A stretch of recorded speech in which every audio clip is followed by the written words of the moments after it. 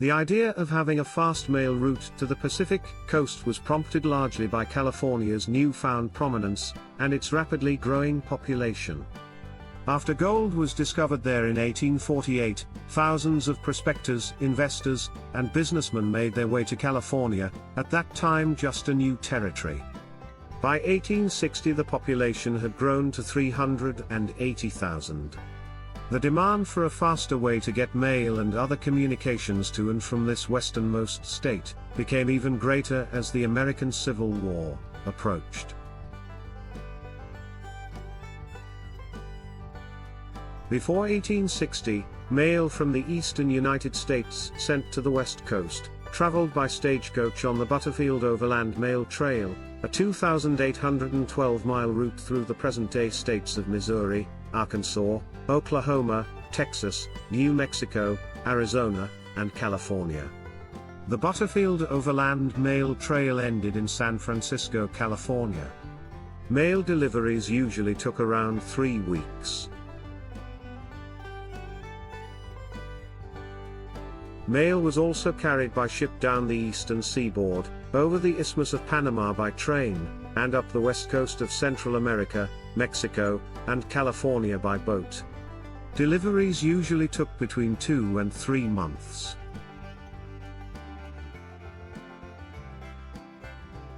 The Pony Express was the brainchild of William H. Russell, Alexander Majors, and William B. Waddell, head of the lengthily named Central Overland California and Pikes Peak Express Service Company. They would set up roughly 186 stations along a pioneer trail that stretched 1,966 miles across present-day states of Missouri, Kansas, Nebraska, Wyoming, Colorado, Utah, Nevada, and California.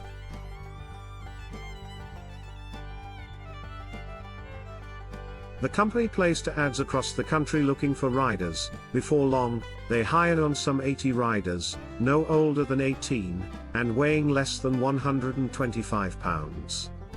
Alexander Majors had also acquired more than 400 horses for the project. He selected horses from around the West, and stationed them along the route. The horses averaged about 14.2 hands high and 900 pounds. The riders received $125 a month as pay.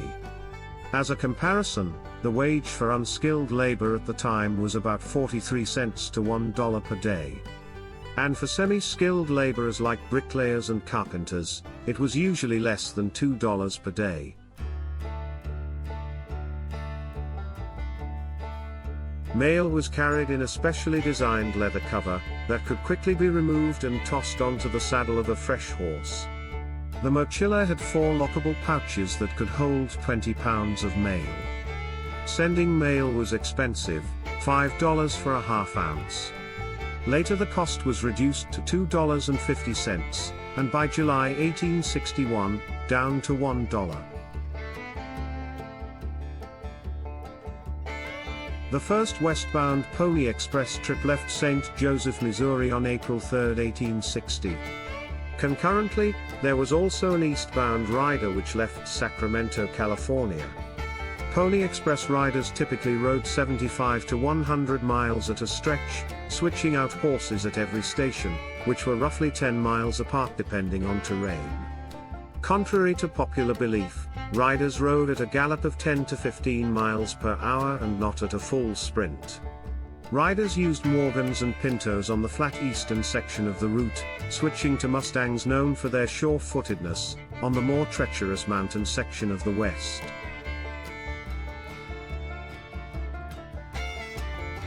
The first pouch containing 49 letters, 5 private telegrams, and some newspapers, arrived in Sacramento, California on April 14th.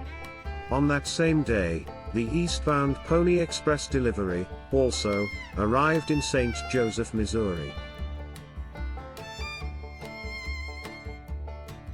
Most Pony Express deliveries took 10 days.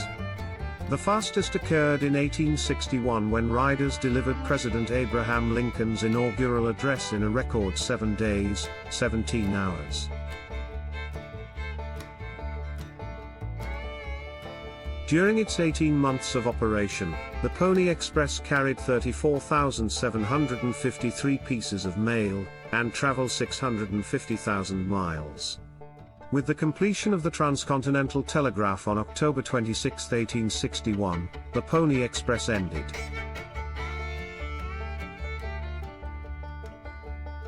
The loss of some $200,000 soon propelled Russell, Majors, and Waddell into bankruptcy.